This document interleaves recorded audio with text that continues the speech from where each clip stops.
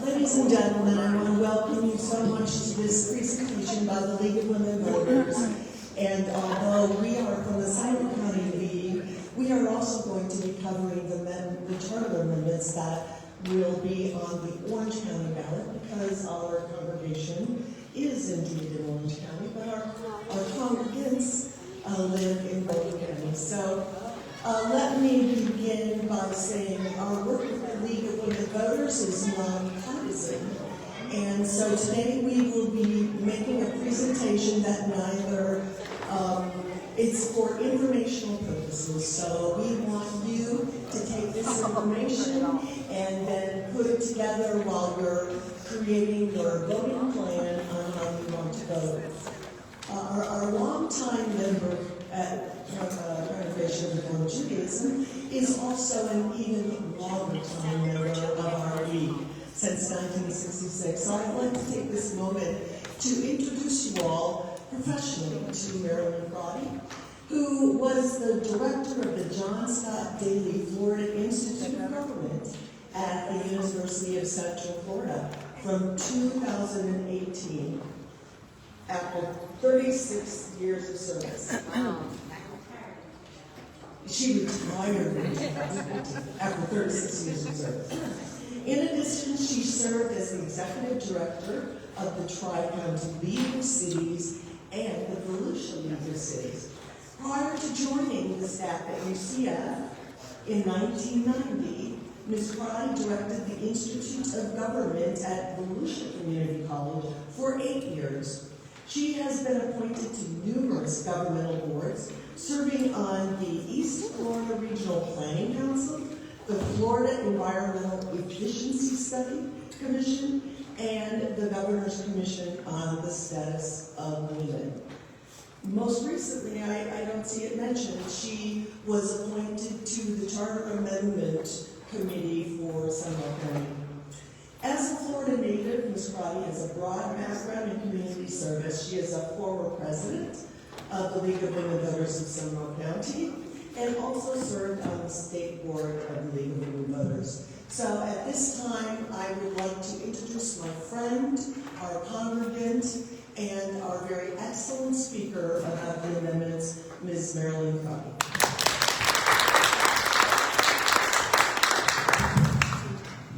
Thank you, Deanna. So it's great to be here. I love doing this kind of thing. And I particularly like it when I see a lot of friendly faces in the audience. So happy to see so many of you here. This is a very important election, as you all know. And while there's numerous candidates on the ballot, I'm not going to be talking about that at all. You can get that information from all kinds of other sources. And as Deanna said, I'm going to be presenting a non-partisan, non-biased, pros and cons of the amendments that will be on the ballot that all of you will be having to make your own minds up about how you feel about these issues. So, Deanna, if you could start the PowerPoint.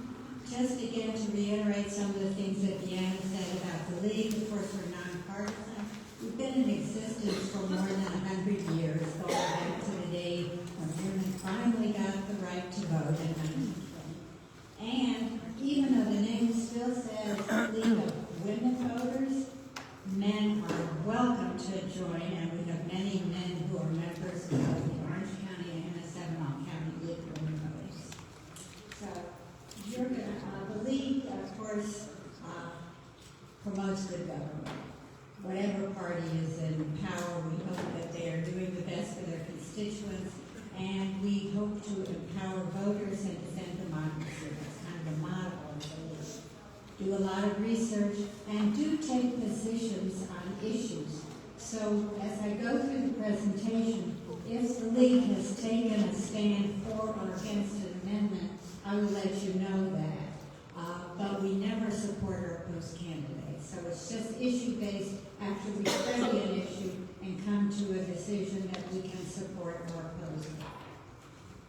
So in Florida, this is a little Civics 101 lesson that I'll give you to review in case you've forgotten some of the things that you may have learned back in middle school or high school.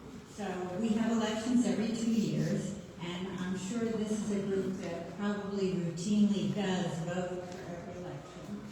And in Florida, we now have term limits for the governor and the cabinet and for state legislatures. They all have about 8 years that they can serve in office, and then they are removed from office by that term limit.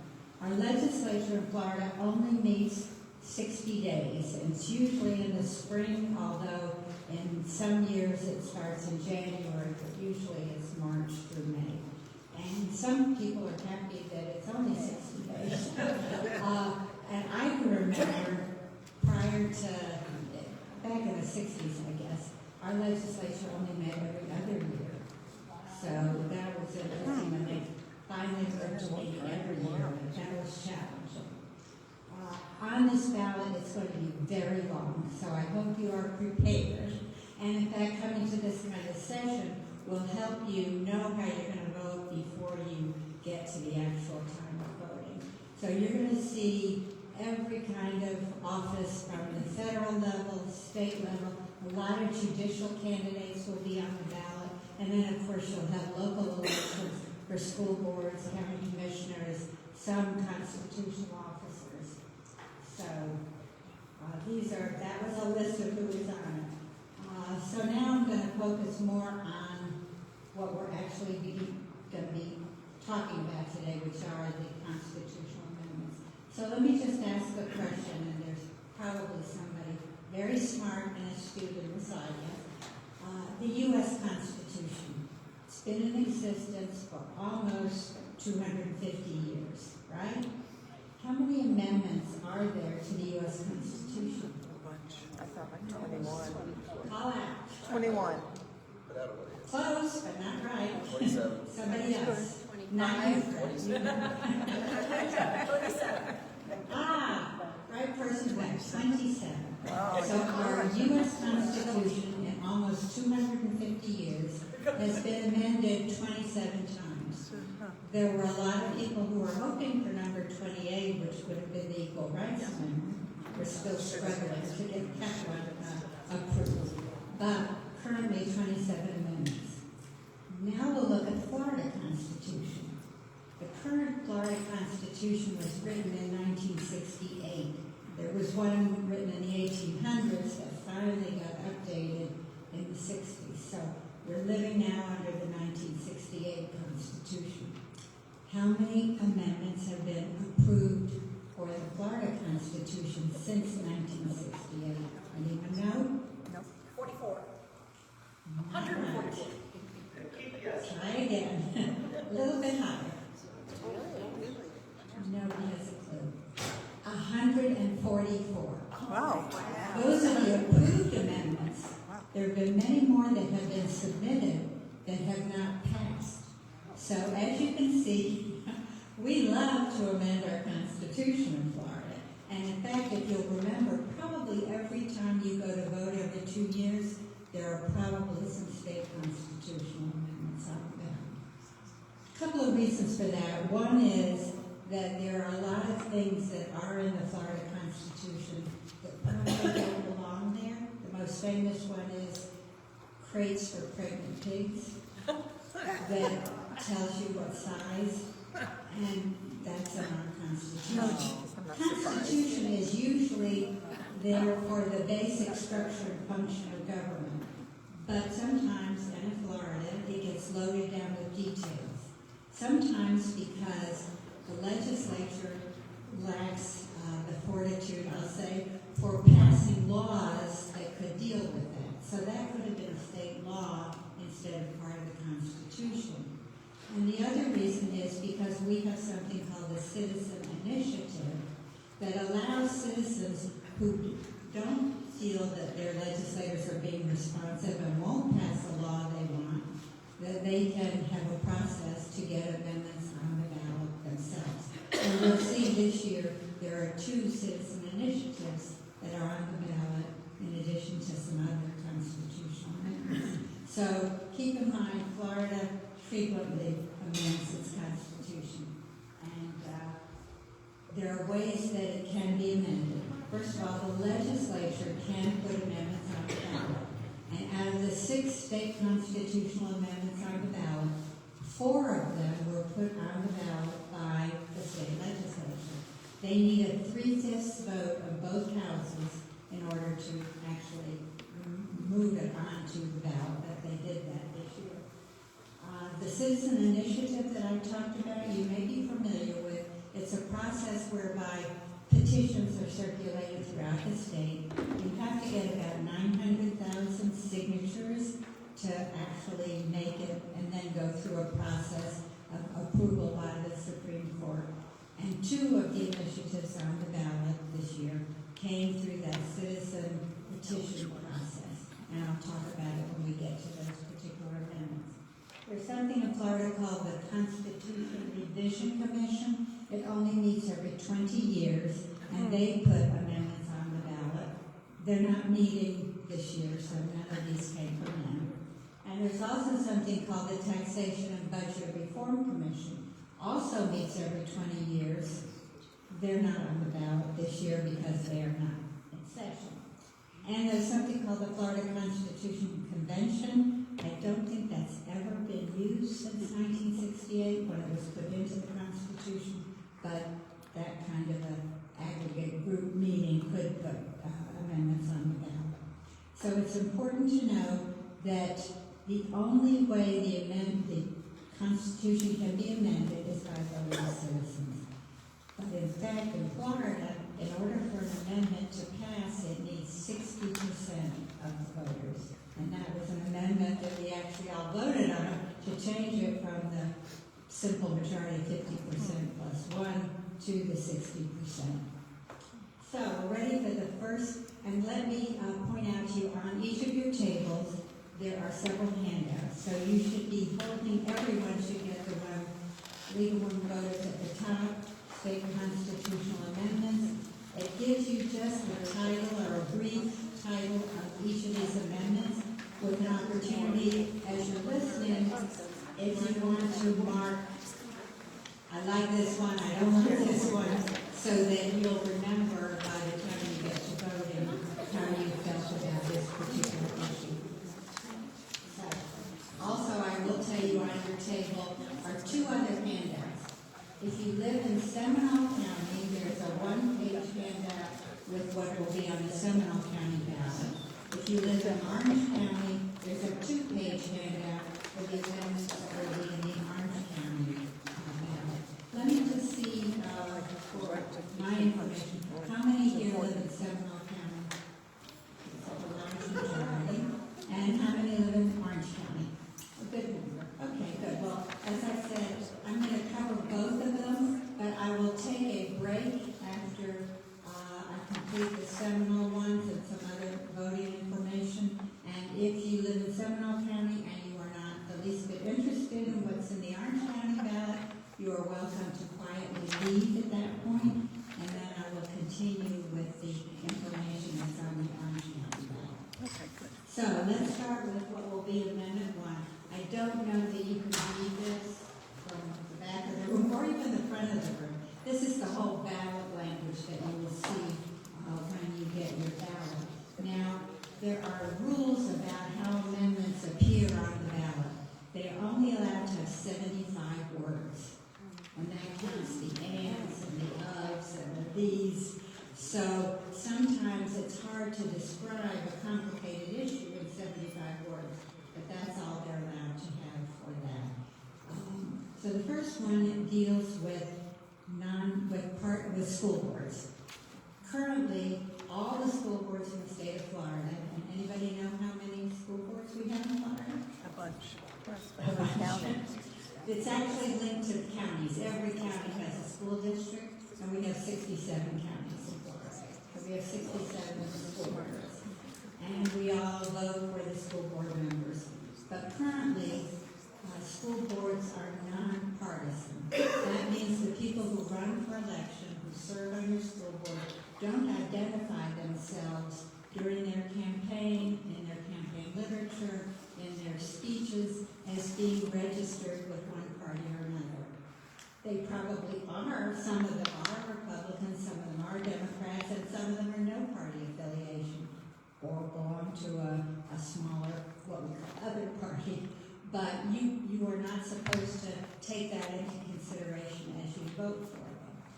So, this amendment would change that to make it a partisan school board.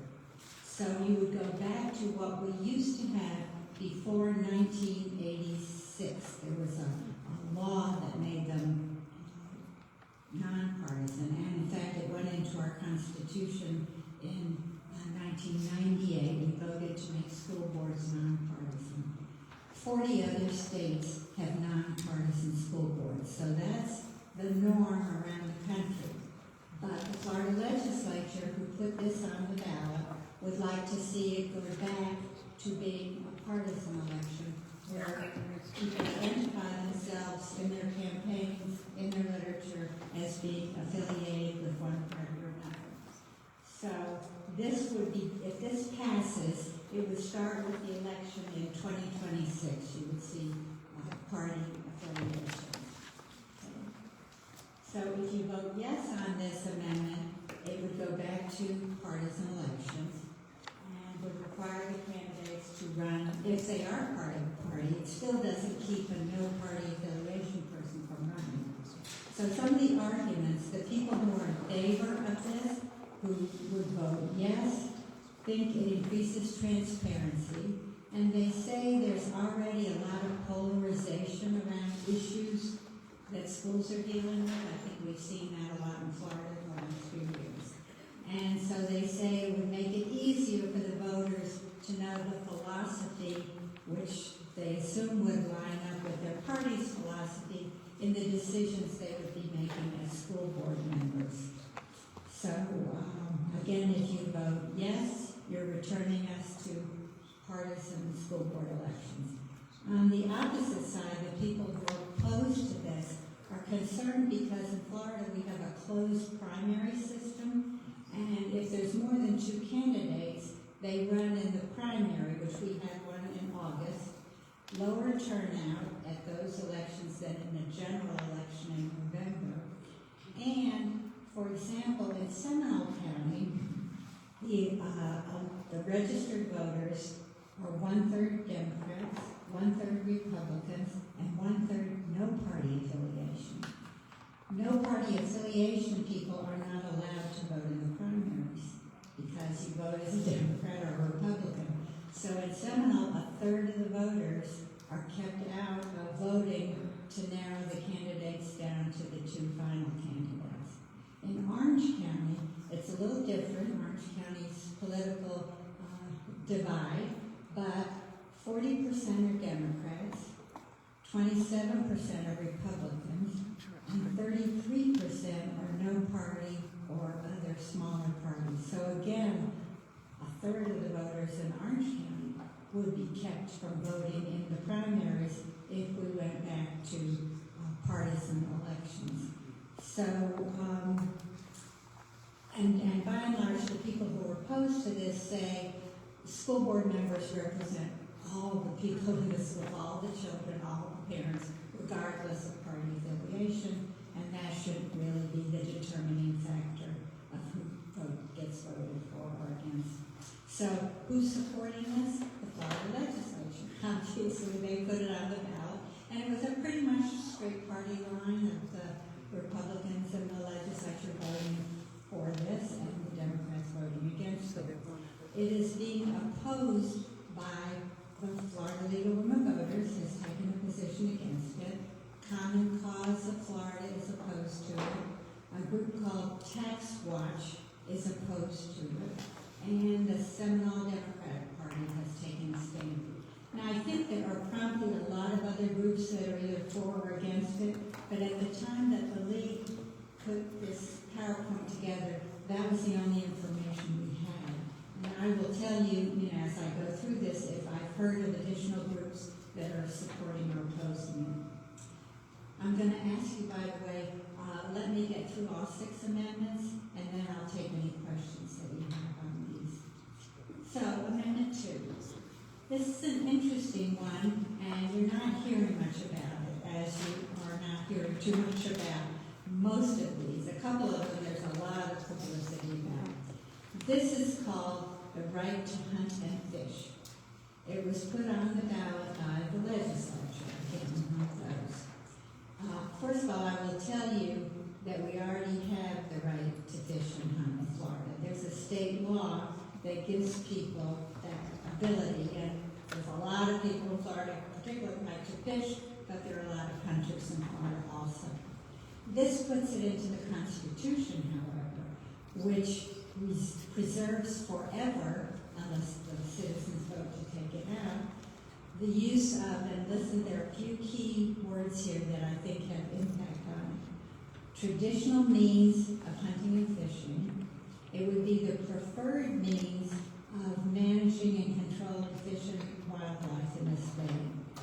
And it does not limit, we have a Fish and Wildlife Commission that sets up some of the rules and regulations for fishing and hunting. It does not take away their ability to continue to do this. So the people who are for this, who vote yes on it, are concerned that at some point that right to hunt and fish that's in law now might be taken away. There's not been any threat to do that, but it's a potential that it could happen. In researching, there's only one state in the country that actually has tried to outlaw fishing and hunting, and that's the state of Oregon. And it was a ballot issue that didn't even get onto the ballot. So there's not been any state that has restricted that ability. But sport fishing is a big industry in the state of Florida. They say $14 billion a year comes into that industry. And currently you still have to get permits to hunt and fish, and there are limits on the time of year you can do it and the amount of fish you can catch and things like that. So it's supported by a group of a lot of different sporting groups. I'm not familiar with the American Sporting Association, the National Deer Association, there's something called the International Order of Teddy Roosevelt. So those are, it's all, a lot of the hunting and fishing groups obviously are very much in favor of this. The people who are opposed to this, first of all say we don't need it, we already have a law that allows for this. They are concerned that it might limit the government ability to control when you can fish, how many fish you can pull, and particularly because of the traditional means. Not sure if it means that you go back to steel traps or poison or things that are outlawed currently. I mean, those would still be the law if this passes. But once something is in the Constitution, and we know our rights like freedom of speech, freedom of religion, so our right to hunt and fish elevates that to that level. So any law or rule that the state is trying to impose upon hunting and fishing could be challenged in the courts. So it's obviously we see a lot of challenges to those other kinds of freedoms that we have in the Constitution. So the people who are opposed to this are concerned that that might create some problems.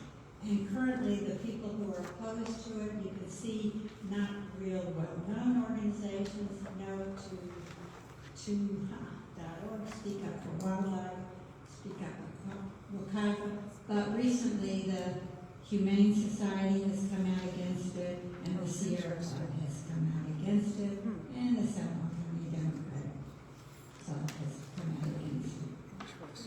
All right, I'm going to move on to Amendment 3.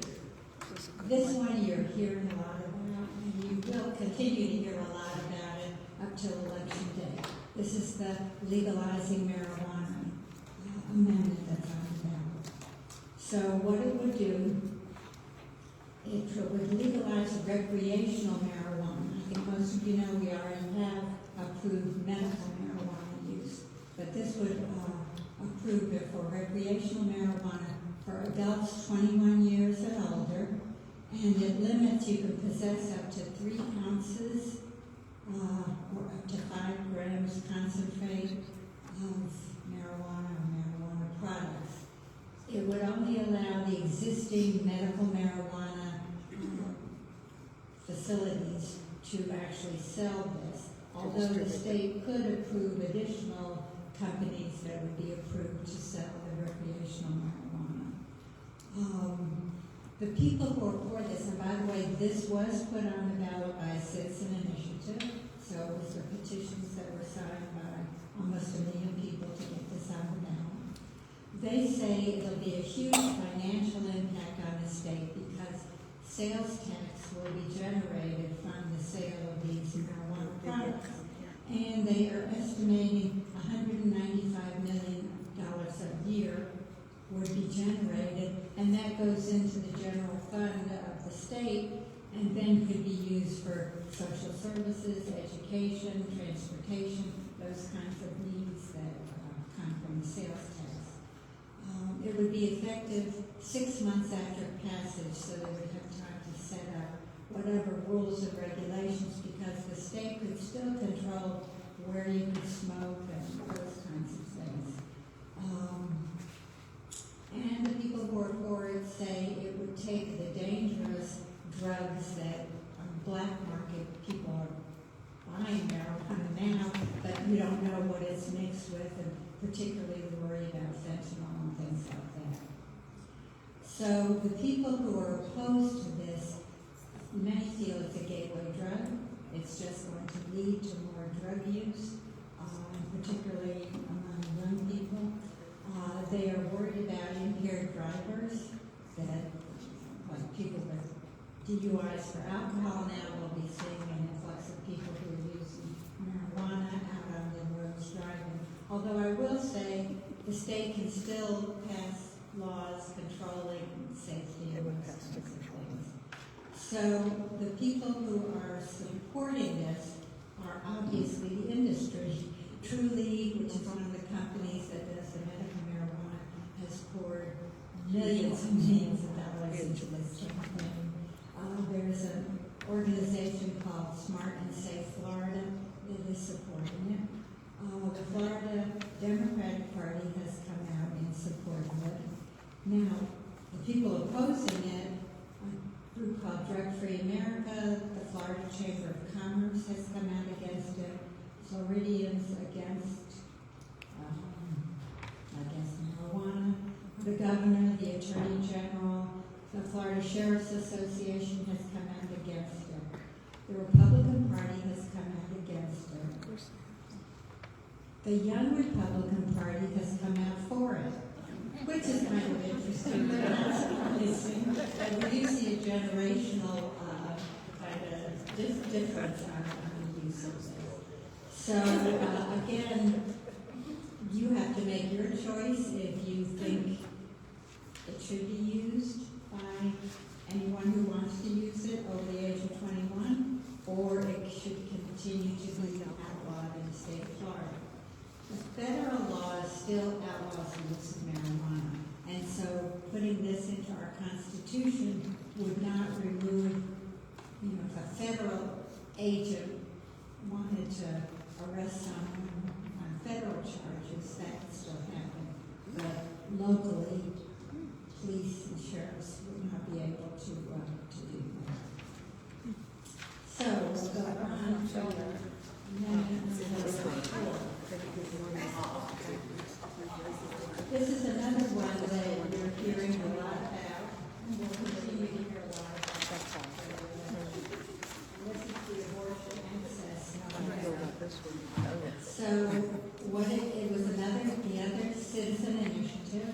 Some of you may have signed petitions for getting this on the ballot. It would allow and guarantee access until what we call viability.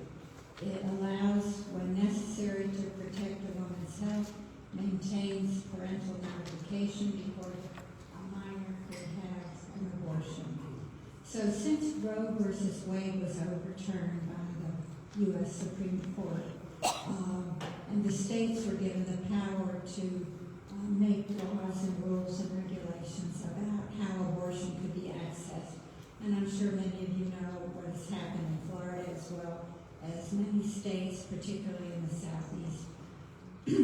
So Florida, before Roe versus Wade, abortions were legal up to for about 24 weeks, which is what viability is, with controls on where they can be done and health concerns and things like that, as for any other medical procedure. Once Roe v. Wade was overturned, Florida went to, by our legislature, a 15-week ban that you could not legally have an abortion after 15 weeks of pregnancy. And after that, Florida legislature voted in a 6-week ban. So that's what we have in existence now in the state of Florida. So anyone who is pregnant beyond 6 weeks, say 6 weeks and 2 days, cannot legally get an abortion in Florida. At 6 weeks, many people don't even know they're pregnant. So there are exceptions in the current 6-week ban. So you could go up to 15 weeks for incest or rape, but you have to have proof, a police report that you reported this rape or incest, or a restraining order showing that you tried to keep this person away from you in order to qualify for the 15-week ban. And there is also a provision in the 15-week ban, for the 6-week ban.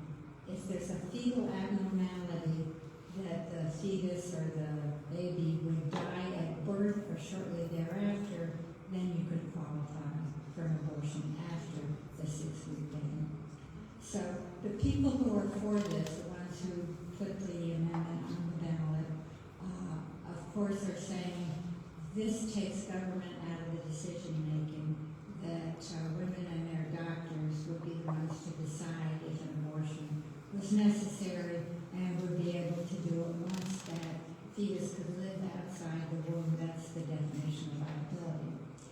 And that 6 weeks, as I said, many people don't even know that they're pregnant.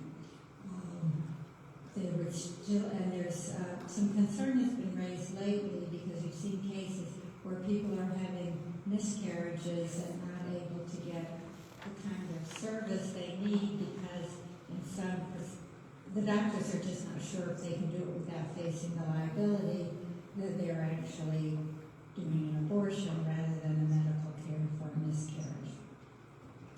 So the people who are against this, the people who would vote no on this, first of all saying you're bypassing the legislature who has been given the authority to make these kinds of decisions of what the limits should be, and it's overriding the right to life laws that we currently have in effect. So when you look at the groups that have come out for this, the League of Women Voters of Florida is supporting this amendment.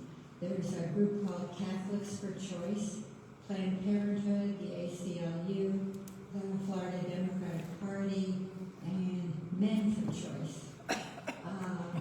The groups that are against this, who would vote no on it, there's a group called Floridians Against Extremism, the Florida Conference of Catholic Bishops, the Susan B. Anthony Pro-Life America, our governor, attorney general, and the Republican Party have come out opposed to this. I think the reform movement has come out in favor of this, and you'll see some information up there from them. So we'll move on to amendment number 5. This one is a little wonky. Those of you who are really interested in tax, and in Florida we have a very complicated taxing system, I will say. But what this does, it gives an annual homestead inflation adjustment. So what is a homestead exemption and what is the adjustment that would be made? So if you own your home and you qualify, and you live in it, you qualify for an annual exemption for a certain amount of your property taxes. So everybody annually gets a bill for their property taxes. And if your home was valued at $25,000 or less, try to find a house in Florida, you would pay no property taxes because we have a $25,000 exemption that anyone who's living in their home qualifies for. So everybody gets this $25,000 taken off the value of your home. So if you have a $150,000 house, you would only be taxed on the $125,000, not the $150,000. Then Florida put in another homestead exemption that kicks in for homes between $50,000 and $75,000 worth of value. So there's an in-between, the 50 and the 75 that everybody pays. So that, again, everybody pays a little bit. You aren't exempt from property taxes. But if your home is worth more than $75,000, as most houses in Florida are, you're exempt another $25,000. Okay, so you get a $50,000. That $150,000 home is now only being taxed for property tax at the $100,000 level. What do property taxes do? They go to your city, your county, your school district, water management district. These are not state taxes, they're local taxes. And your county commission, your city commissioners vote on the level of taxation. It's called millage. So how much per thousand value of your home you would be taxed. And those taxes are used to provide the services, the police, the fire, the sewers, the roads, all of the things that either city or county provides to the homeowners. So this amendment was put on the ballot by the legislature, and they want to give some relief, particularly to low-income people and to senior citizens who, as property taxes continue to increase because the value of our homes has all increased. They're concerned that some people may not be able to stay in their homes because of that. So what they want to do is take the second $25,000 exemption, not the first one. That's not going to touch.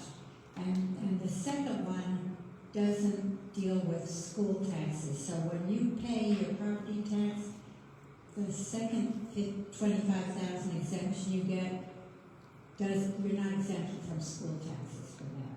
So this amendment doesn't relate at all to the schools. It's just the cities and counties. So they want to link that second $25,000 to the annual rate of inflation, or the consumer price index is what they're actually talking. So if the consumer price index goes up 1% or 2%, you would get a 1% or 2% increase in that second $25,000 homestead exemption. Yeah.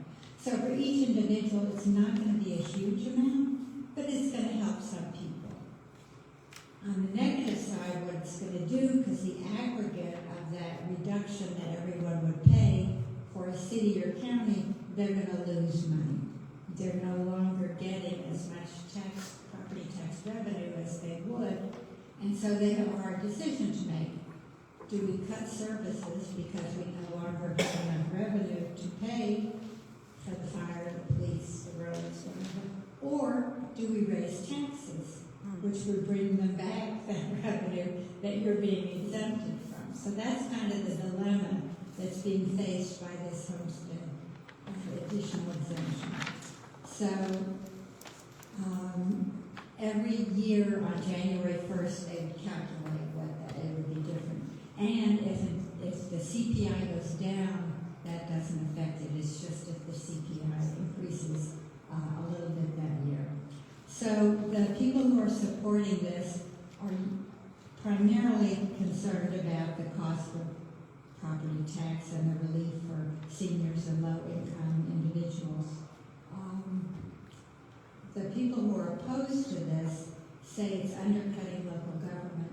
The other thing it does, it shifts the burden from homeowners because business owners pay property taxes. They don't get any homestead exemption. And if you're renting, the owner of your property doesn't get any homestead exemption. So it shifts the burden. More taxes are going to have to come from business owners and renters than from people who are fortunate enough to own their own homes. The people who are in favor of this are the legislature. They put it on the ballot, and there may be other groups, but I haven't heard of any organized groups who are supporting it.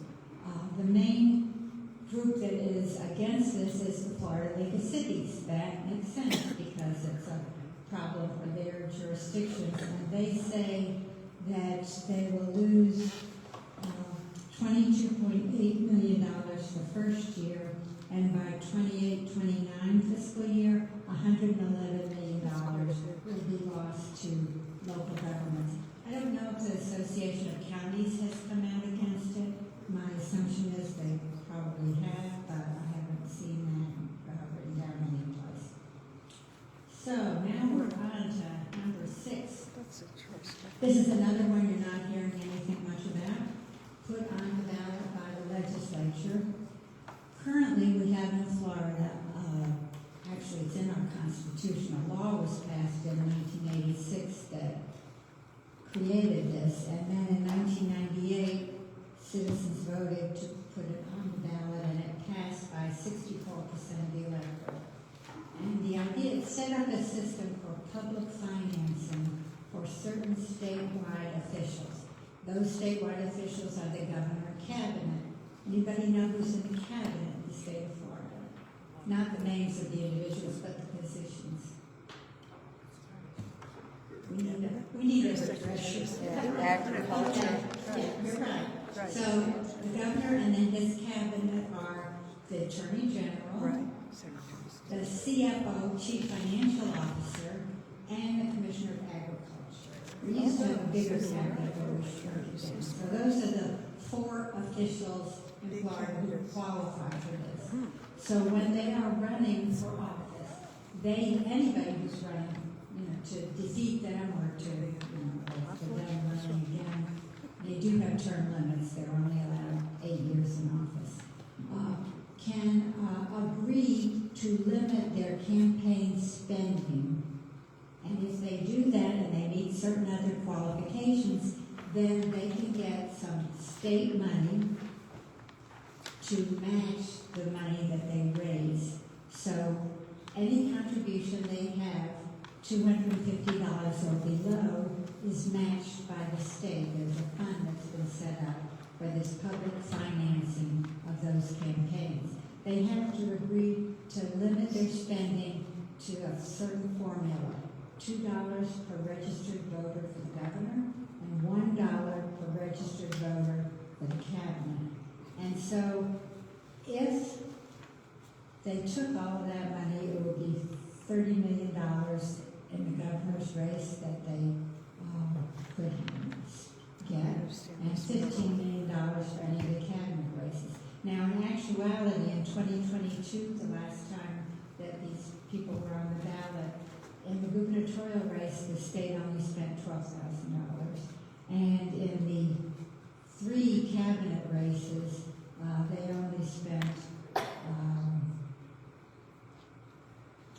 it's about $900,000.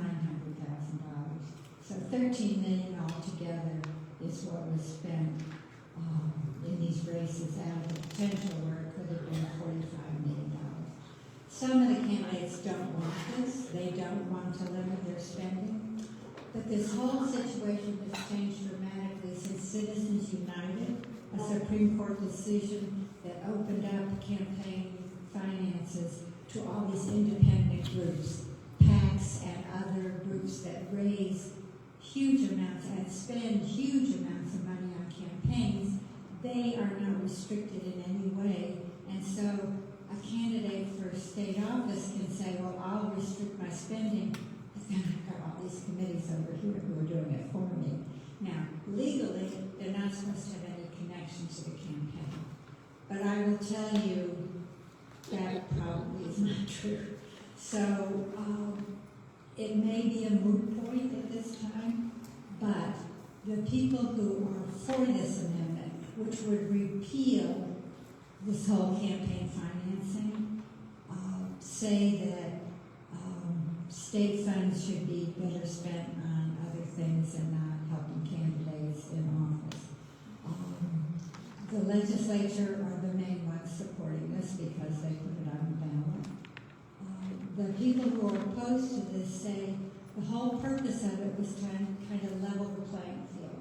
So lesser wealthy people, don't need to go by this, they have their own resources, but people who don't have access to a lot of money or their own money are disadvantaged in these So this would kind of level the playing field.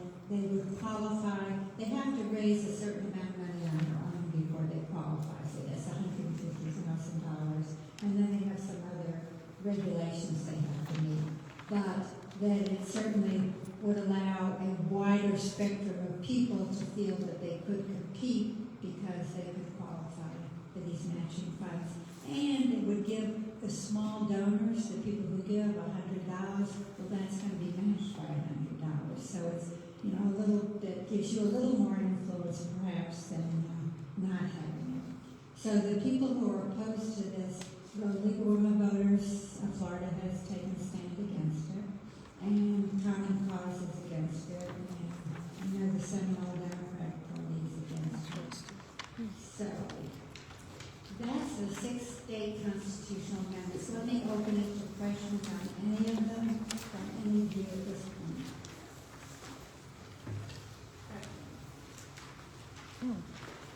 Yes.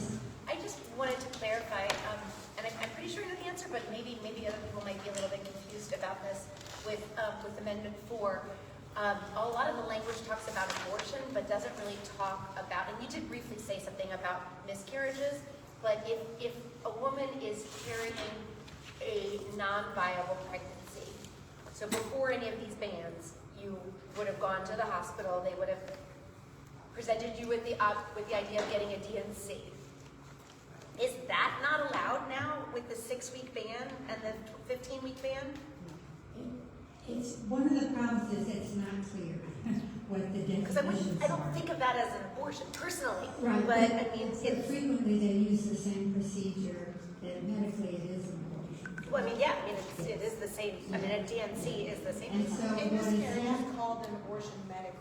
Yeah. So I think that's part of the problem, is that the reason people hear that medical language. Right. It is a spontaneous abortion when you have a miscarriage. So I just want to be very clear that you're using the word abortion, but the ban that's currently in place is actually more than just banning abortion. It's banning a woman's right to seek medical care if she has a non-viable pregnancy. Correct. Doctors are scared. Yeah. Of that definition. Yeah, I mean, they face the loss of their license, big Yeah. fines and things, so because it's so difficult to understand the current law, that's what's made it difficult for people who are having.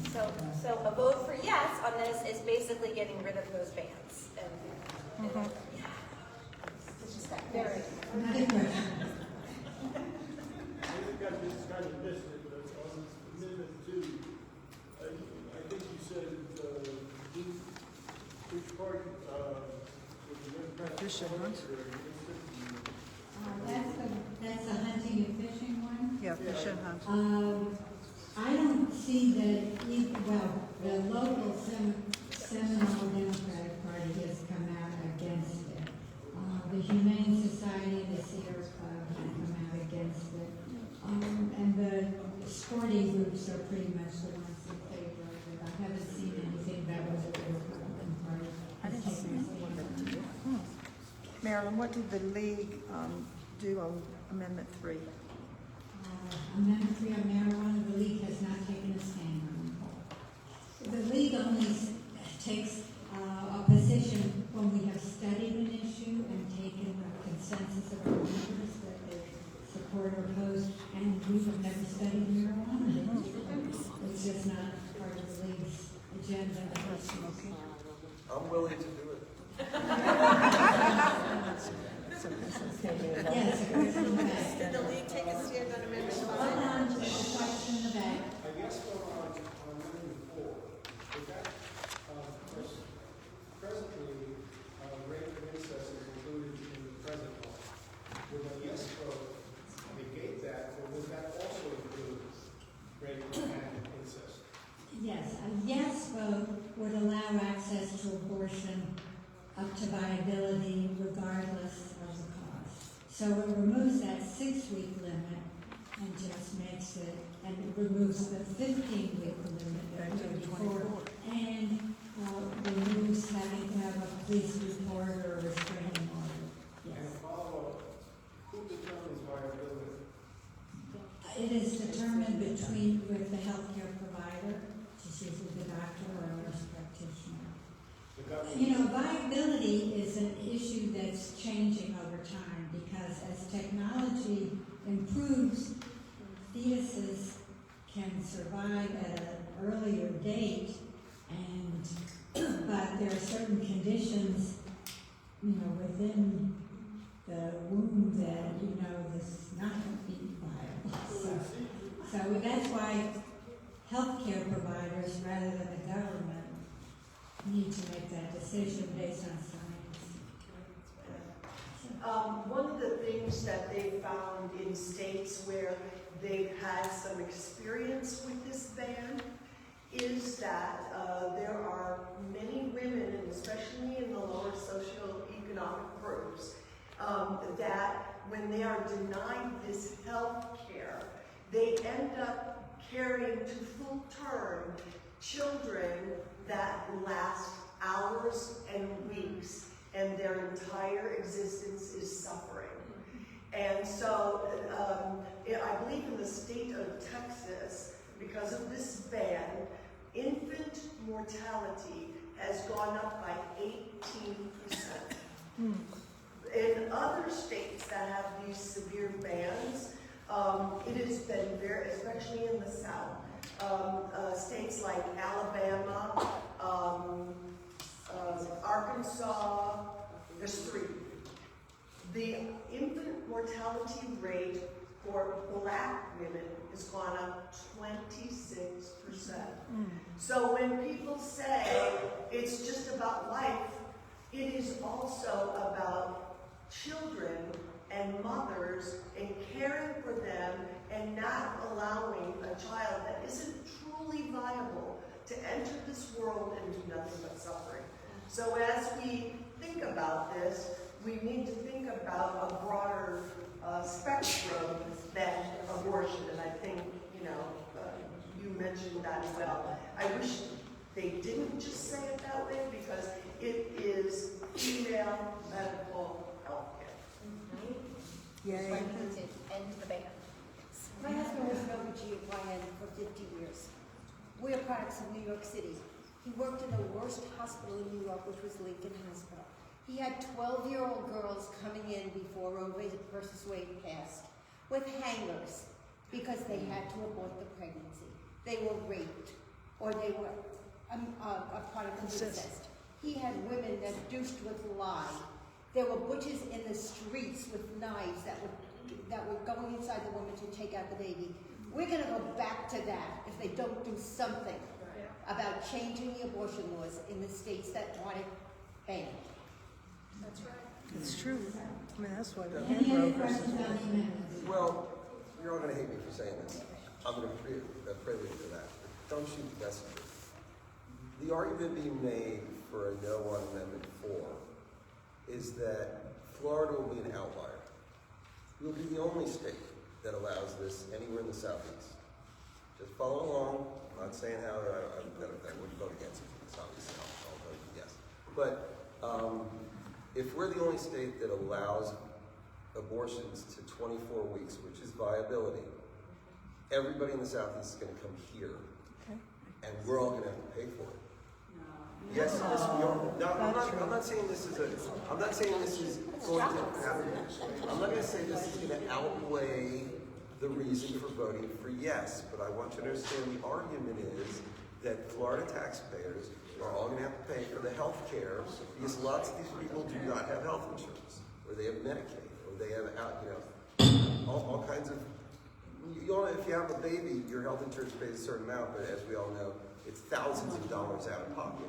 And so Florida taxpayers are going to have to pay for all the Georgia and Alabama, Mississippi, and South Carolina, all these other backward, non-evolved states that are saying 6 weeks or 10 weeks or 0, you can't even get it all. And then it's going to be a huge burden on Florida's healthcare system. I'm not saying that outweighs the right to a woman to have control over her own anatomy, unlike men who have no laws having to do with their anatomy. But I'm just saying that's the argument on the other side. It's a pretty one comment, because we're not going to finish the debate here. And then we're going to move on.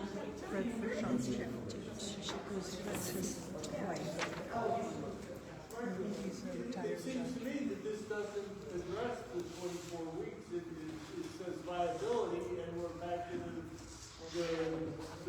or the care provider is going, I mean, what's to keep the prosecutor from saying, well, I think we have to go to trial here with liability, as far as I'm concerned, is 6 weeks. Well, It's just getting rid of the ban. Viability is defined in state law. Is viability defined as 24 weeks? It is defined as if fetus living outside the womb. Yeah, but that. So they can tell, the doctors can tell by the ultrasounds and all of this, whether the fetus's lungs are developed enough to survive outside the womb. So it's a totally medical decision rather than based on, a set. That's why the 24 weeks is not put into the law, because some infant fetuses would have better lung development at 22 weeks and they could survive. So that's why it's made by the medical provider. I just wanted to add to that, because that's a good point that you make. I think a nice way to think about this is a vote yes is getting rid of bans. It's not saying you have to choose one way or the other. It's just saying it's taking the government out of banning a woman's right to access that. Right? So a vote on yes means get rid of the ban in the state of Florida. Because we can't really depend on our federal government because of no Roe versus Wade. We don't have federal protection against it. So at least if we get rid of the bans in Florida, we're actually protecting Floridian women, giving them that choice. But yeah, so yes means get rid of the bans. Okay, I'm going to move on to the local issues now in Seminole and Orange County. And I want to give you a little lesson again in county government and how it works. So in Florida, and anybody, I kind of gave you a clue earlier, how many counties do we have? 67. 67, we learned. Okay. Wow. So in our Constitution, county government can choose to become what's called a charter government or not to be a charter government. And currently in the state of Florida, we have 20 counties who have decided to become charter governments. Orange County is one, Seminole County is one. In our region, I think Lake is the only one that is not. Osceola is charter, Brevard is, Volusia is. So out of the 67 counties, only 20 counties have actually made the decision to become charter counties. And when I say made the decision, they put it out to their voters. Should we become a charter government or not? And those 20 counties decided to do it. Now, the greatest population in the state lives in charter counties. So Miami-Dade, Broward, Palm Beach, all of these are charter counties. So it's usually the smaller, more rural counties that are not charter. So once you become a charter county, you have more flexibility than the non-charter counties as far as the structure and function of your county government. For example, in the Florida Constitution, you must have 5 county commissioners. I mean, that's how it's set up. And it tells you that no term limits and all of those 47 counties that are not charter counties look the same because they have to follow the state constitution. Charter counties have the flexibility, as Orange County decided.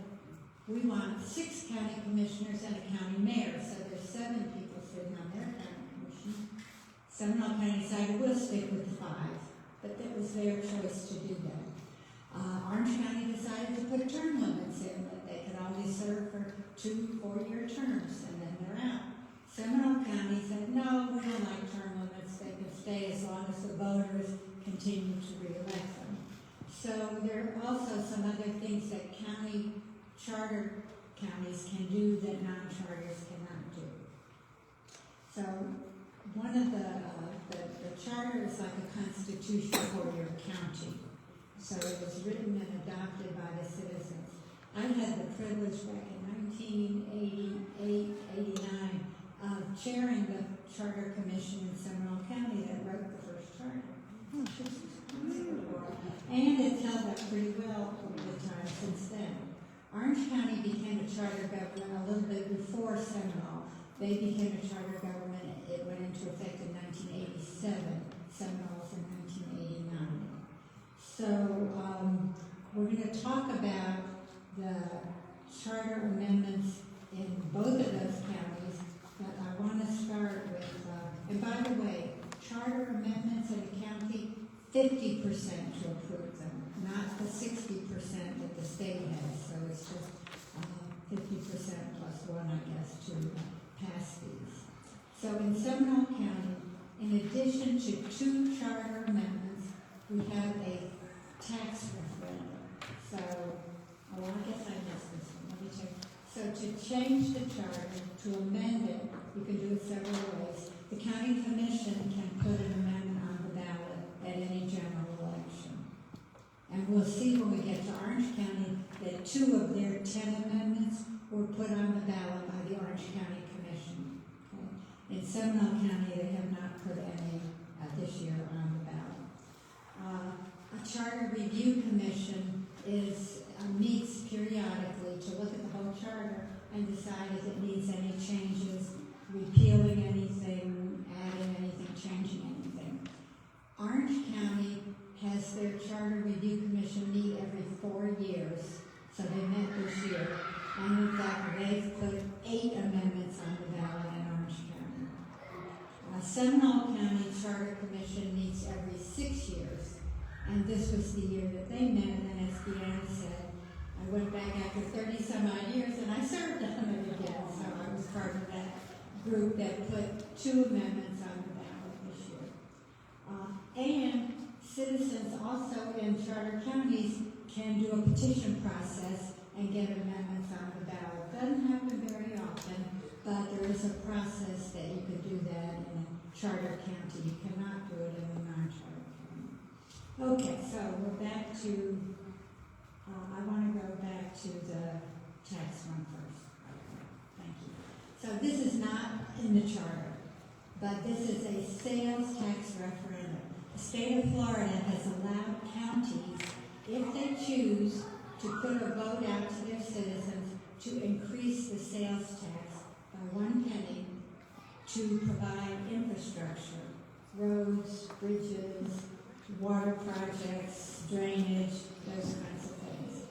So Seminole County, back in 1991, put out to the voters to have a sales tax referendum, and it passed. So the state sales tax is 6% on everything you buy except food, medicine, and there's some other exemptions. I think they just added diapers on sales tax. But everything else, everyone in the state pays 6%. If you live in Seminole County or you shop in Seminole County, you pay 7%. And that extra penny goes to infrastructure projects. So Seminole County put that in place in 1991, and they built a whole lot of projects since then. And in fact,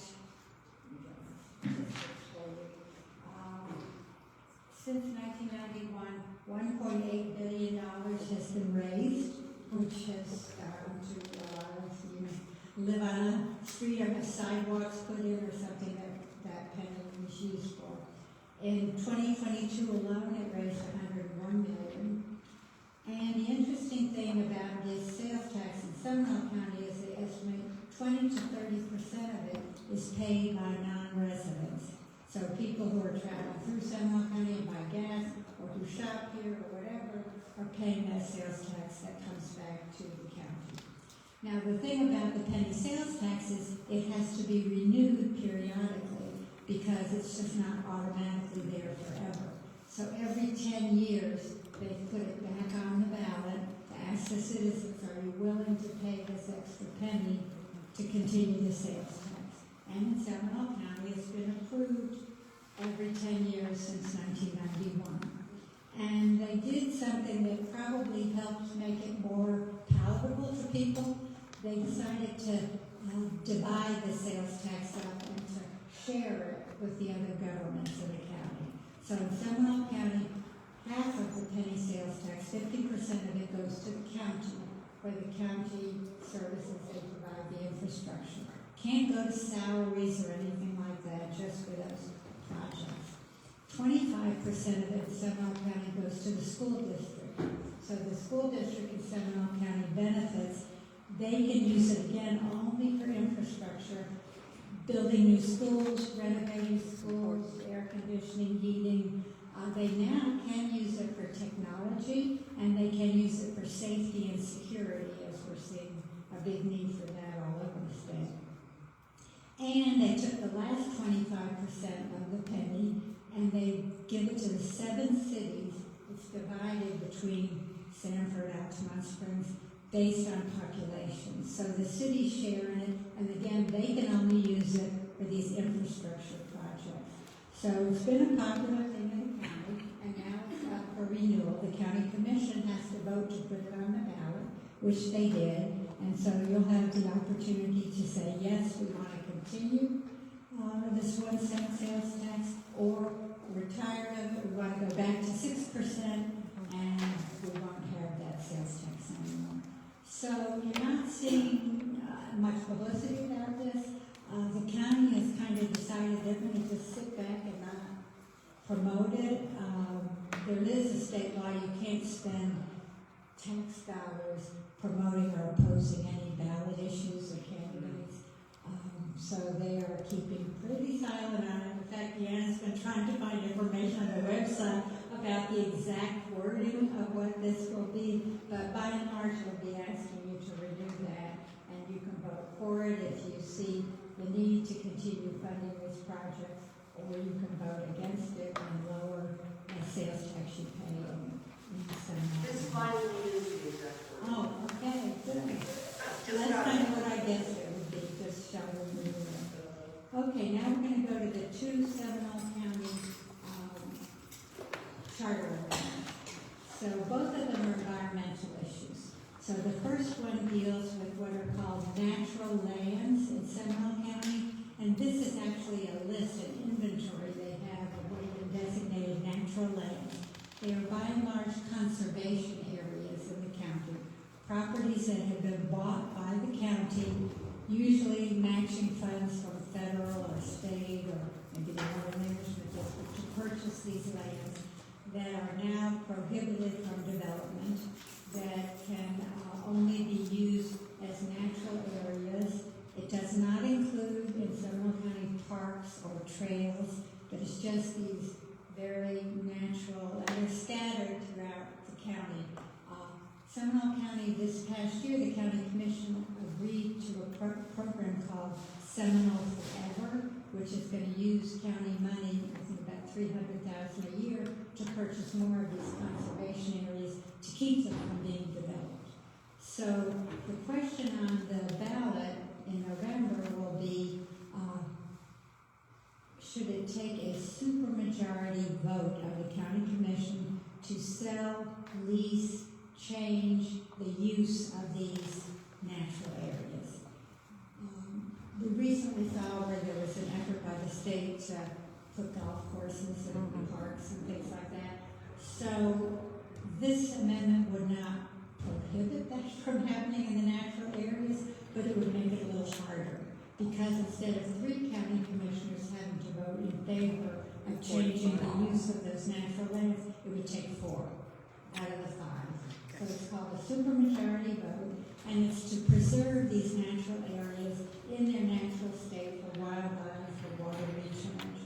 Interestingly enough, the county commission in Seminole County in 2022 passed their own ordinance, which is a local law, requiring that. So currently they have to have a supermajority vote to change the use of the natural lands.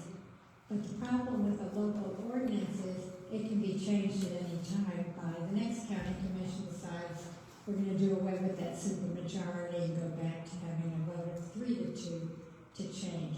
Once it goes into the charter, if this passes, it can't change unless the citizens decide, no, we don't like that supermajority. So this is the reason the Charter Commission wanted it in the charter instead of just as a local law, to give a little more assurance that it's going to be hard to destroy this natural land. And the current list is not limited. I mean, they can always add more as they purchase more properties into that natural lands area. The second charter amendment that Seminole County has is, again, environmental. It deals with the rural boundary. So back in 2004, there was an amendment on the ballot that was approved by the Seminole County residents to carve out a part of Seminole County, and it's in the eastern part of the county, Geneva, Chuliano area, very rural, where they drew there's a line on a map that sets aside this area as the rural boundary, and any land or property inside the rural boundary is currently limited in development. You can develop in it, but instead of 100 units per acre, which would be an apartment house, you can only have maybe 1 unit per 5 acres, or 1 unit per 10 acres. So these ranches and farms and people who choose to live in an area that doesn't have as many services can have that. And because that area is near the Econo-Apache River, and it's a wildlife area and water recharge, so the citizens of Seminole County impose this rural boundary. But currently, if you want to remove your property from the rural boundary, in other words, redraw the lines that excludes this property or that property, you go to the Board of County Commissioners, and they can vote by a simple majority.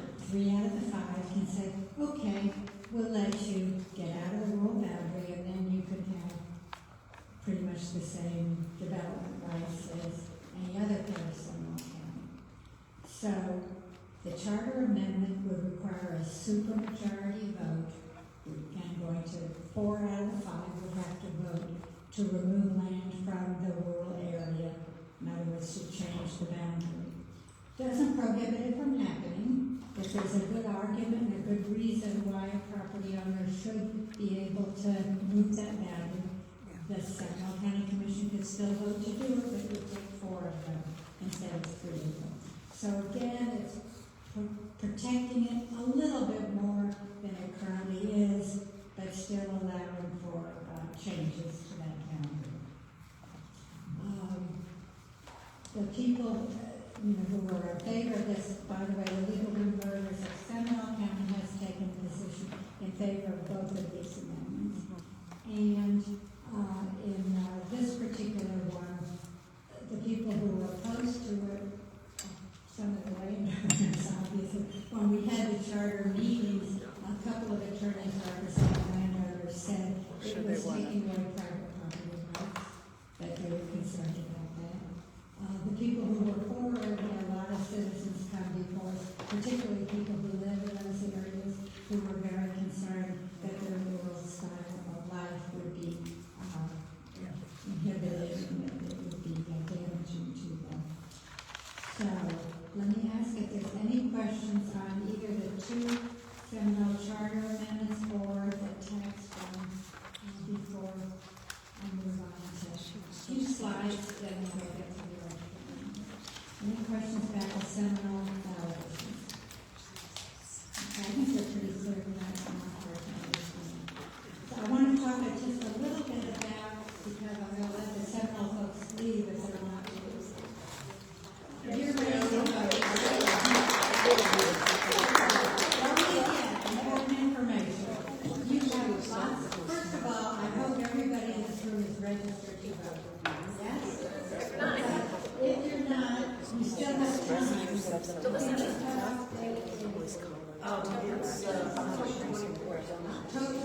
Anybody you know who is not registered, It's October 7th. 24th is for, I have a QR code on my phone if you want to check whether you're registered or not.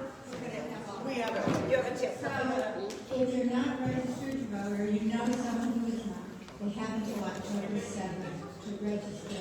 Go on the supervisor of elections website for your county, and we'll get you registered. When's early voting start? I'm going to tell you. Okay. Hold on.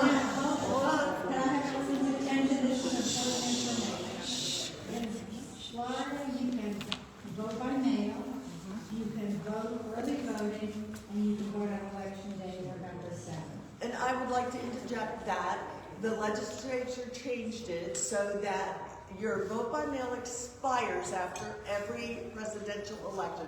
So if you want to vote by mail, because we assume this will be a very busy season, I have up here the form that you can fill out so that you can vote in the convenience of your home. And if you haven't done it before this year, you will have to do this.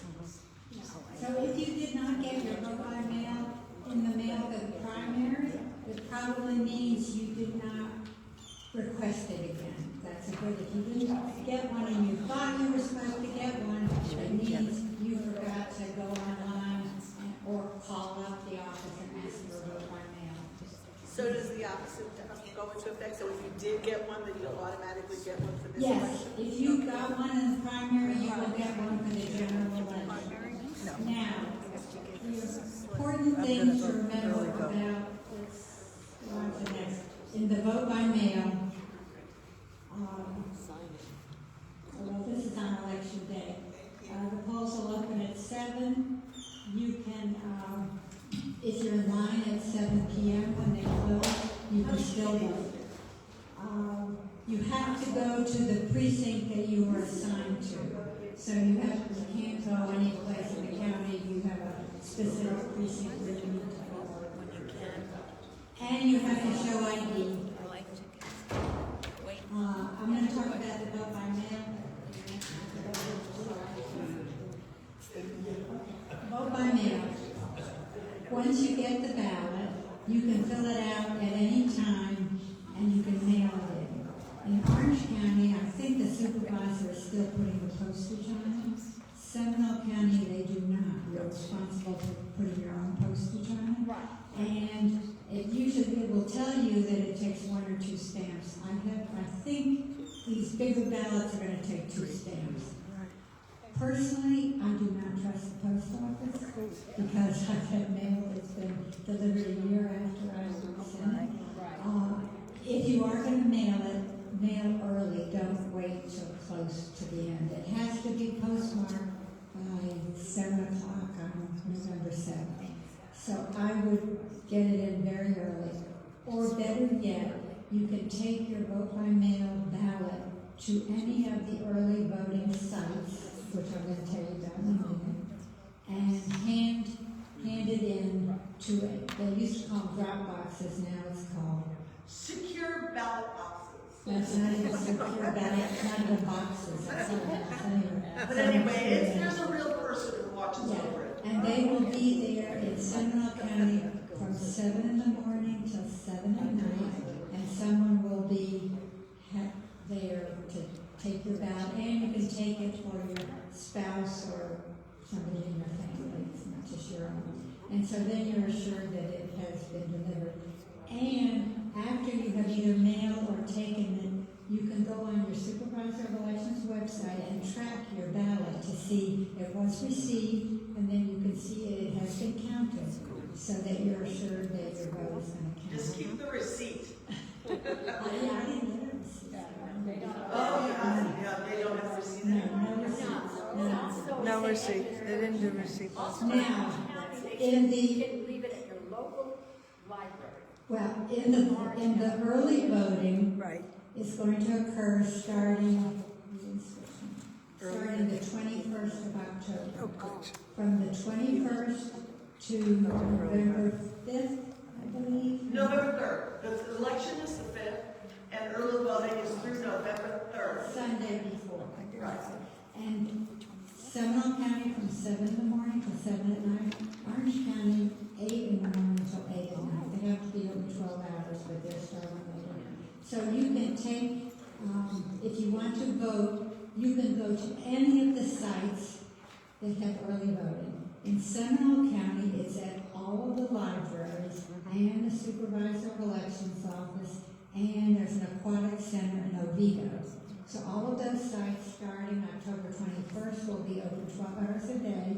You can go at any time and vote in person if that makes you feel more comfortable that your vote is secure. Or you can drop off your vote by mail at those locations. Orange County has a lot more early voting sites. I know it's at the libraries, some city halls, but a lot of other places. So if It's listed on your supervisor of elections website that you can go. I suggest you either vote by mail or do early voting because the lines, hopefully, a lot of people are going to vote on November 5th, will be long. And because Orange County, I understand the ballot's going to be 5 pages, it's going to take people a while to vote, especially not like you all. They haven't read or thought about these amendments. They have a clue to what they're voting on. A lot of times people just stop voting. They vote for the first few, and then they don't go further down the ballot. We hope that will answer. That will help. Early voting questions, this is specific to my situation, but it could apply. So, one is that my elderly parents live in assisted living, cannot make it to the polls. So I'm going to help get their mail-in ballots. So somebody told me from the League of Women Voters, and I want to confirm this, that you can't vote, you can't drop off 2 additional ballots at the same time in those boxes. I can't take both of my parents, put it in, it needs to be like 1 ballot at a time. That is not true. Okay, fine. That's not true? That's great. You could take a bunch. The other thing is, their signatures have changed since they That originally, is true. that they're very frail now. So their signature does not look exactly the same as it did 20 years ago when they re-registered to vote in Okay, time allowed to be exactly. I'm a clerk with the supervisor of the elections office. My husband used to be on the canvassing board. So if I were to say something very, very important to anyone who's noticed with their parents or even yourself, that your signatures changed, it's going to be more significant than ever because we have this voting security office in the state of Florida, and which has given mandates down to all the supervisor of elections office that they better be checking signatures. So if your signatures change, you either need to go into the supervisor of elections office, and even if you just want to be sure it looks like you really signed, you need to do that. Or you can print it, fill it out at home, and it's the very same form. I do have some here, and take it in or mail it in. But it is critical, because if there is anything found, especially on a vote by mail, if you do it at home and drop it off, and when you're signing the outside, it's not going to match, it's going to go to the canvassing board, and they are going to pull up your driver's license information. So if that driver's license that you've been renewing for the last 15 or 20 years online doesn't have the same signature, it's a big deal. So I would, and please don't be quiet about that. So Share how do that with everybody. my dad can't get to But there's a form you can supervisor, fill. I have it right here. There's his a form. driver's license, There's a he form. cannot get to the driver's The license. answer is there's a form that Deanna has that you can have them fill out and sign, and then you mail it in or take it in to the supervisor. I know, but she just said it has to match the driver's license. No, it doesn't. It just, this would be their current signature. So you're going to put a new signature in place, and that's what they will match. Fred, go up there and answer it as somebody on the canvassing board. So both my They're making it so complicated. Republicans are killing us. And by the way, if for some reason the canvassing board pulls yours out, you have a couple of days, they should inform you. Fred looks pretty good. And you can go. How was it their wedding? Here's the deal, folks. I don't know when the last time I was going to renew your driver's license, but when you go to renew your driver's license, you can't hear me. No, there you go, baby. I don't know when the last time that anybody went to renew their driver's license, but now when you renew your driver's license, you sign like you do at the grocery store, sideways, and nobody's signature looks like that, right? So here's how it works: is when we're getting certified for the canvassing board, we have to take a class in signature identification. And so we have these signature experts, maybe the guy from Catch Me If You Can, I'm not sure. And so what they look at is not whether the signature matches, because it doesn't anymore. I guarantee that your signature does not match what it did when you were 35 years old. What they look at is how far above the line it is, or below the line it is, or the swirling in it. So as long as it's close to the way you always sign, and we all have our own peculiarities about our signatures, it'll fly. Now, if your signature is greatly changed, then what I would suggest for your parents is, do they still have a driver's license? Or some form They of have ID? them as ID, they have driver's There you license. go. And that pass ID has a signature on it. Have them practice signing before they sign the mail-in ballot to get as close as they can to their former signature. It has to do with strength of my dad, barely hold a pen, let alone sign. I get that, but as long as the swirls are close to where they used to be, it'll fly. Now, if it doesn't fly, what they're supposed to do by law is then contact your parents to let them know your signature didn't match. And then they have a certain amount of time, I think it's 2 days, in order to have somebody confirm affidavits, whatever it is, that this is an actual mail-in ballot that was done by somebody personally who was supposed to do the mail-in ballot. So, are they throwing up all kinds of roadblocks? Yes. Is it still going to be decided kind of on a common sense, logical way? Yeah, it is, unless they really want to do dastardly things, which I can't guarantee they won't. But just make sure, my suggestion is mail-in ballot, look at your driver's license, do as close as you can to the signature on there, and you'll be okay. And what's the deadline for getting a mail-in ballot request? The deadline for that is pretty close. I think that's the one that's getting requesting mail ballot.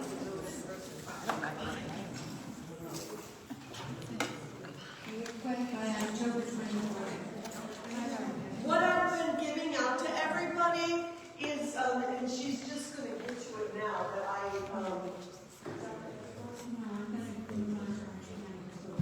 okay, this is a Vote For 1-1, and the League of Women Voters sends out questions to all candidates, Republican, non-partisan, Democrat, and with questions, they answer them.